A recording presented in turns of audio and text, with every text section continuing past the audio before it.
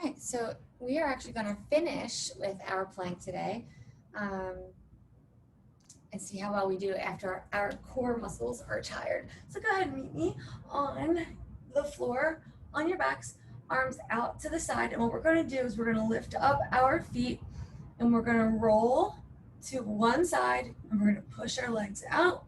We're going to pull them back in and then we're going to roll right over to the other side and push them out.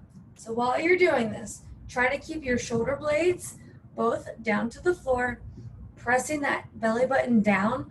So when you tilt over, you're not arching your back. So you're still pushing into the floor, fully extend those legs. Try not to be any more than like a foot above the ground. And as you push out, squeeze, pull in, and come on over. Try to keep your legs at a tabletop distance so that you're not bringing your calves down to your butt, because that's going to alleviate some of that core work. And we really want to push. So when you're lifting over, you're pressing that belly button down into the floor, extend out, pull it in.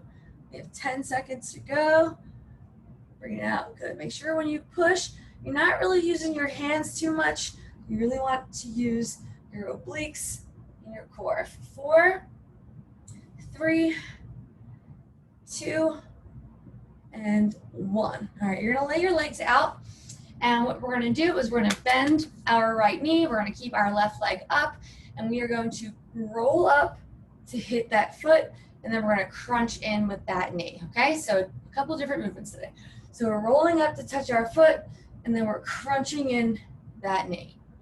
Rolling it up, touch your foot, crunch. So I'm also not pulling on my ears. I'm just bringing my elbows down and my fingertips are right next to it. So every time you crunch and every time you roll up, you are imprinting that spine. You should feel it already. Good, reach up, keeping that chin away from your chest. Push it and roll. We have 8, 7, 6, 5, 4, 3, 2, and 1. All right, we're just gonna switch. So you're gonna bend that opposite knee, the other leg goes up, okay? We're gonna roll, touch, and then we're gonna crunch to that side. So rolling straight up to touch, and then crunching to that knee. Good job. Roll it up and crunch. And make sure when you're coming up, you're really pushing and use that as your exhale. So make it audible. Let yourself hear it and crunch it over. Good. Almost there. Rolling it up. Crunch. Pull that knee in. We have 10, 9, 8, 7, 6, 5, 4, 3, 2, and last one. Roll it up. Good. Okay. So now what we're going to do is stay on the ground. We're going to be in that bent position still, but we're going to come halfway up. So that knee is half bent, this leg is up. And what we're going to do now is take our elbow, we're going to open and then come back. So we're coming up to that leg. You want the elbow to tap right in that inner thigh. So we're crunching up and towards the leg that is bent inwards, and you want your elbow to hit.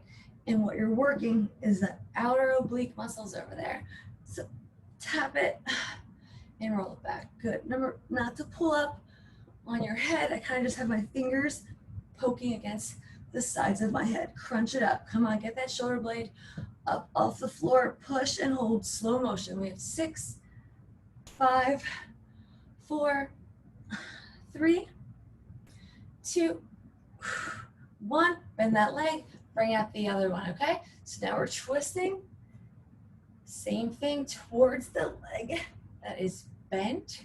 Pushing, tapping that elbow on that thigh. I want you to get that shoulder blade up off the ground. Pinch and squeeze. Make it hurt. Come on. 10 seconds. 9, 8, 7, 6, 5, 4, 3, 2, and 1. All right, you're gonna bend your knees, you're gonna stay laying back, and what we're gonna do is kind of pull all the way up and then go back. So your one leg is staying bent and one leg is down flat. We're just coming back and then reaching forward. You can do fists or not, but I want you to come all the way up to that seated position and sitting up tall and let yourself roll back. Good. 10, 9, 8. Come all the way up as high as you can. 5, 4, 3, 2, and switch legs at the top and then come right back down. Come on, sit it all the way up and roll it back.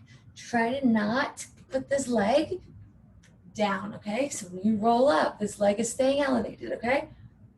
15 seconds. Good. Roll it up. We have 10, 9, 8, 7, 6. Try not to pull anything. Come on. 4, 3, 2, and 1. All right. That was really fast, huh? Not starting with the high plank. So go ahead and get in position. Hands beneath those shoulders. Step those feet back. And let's knock this out. Good.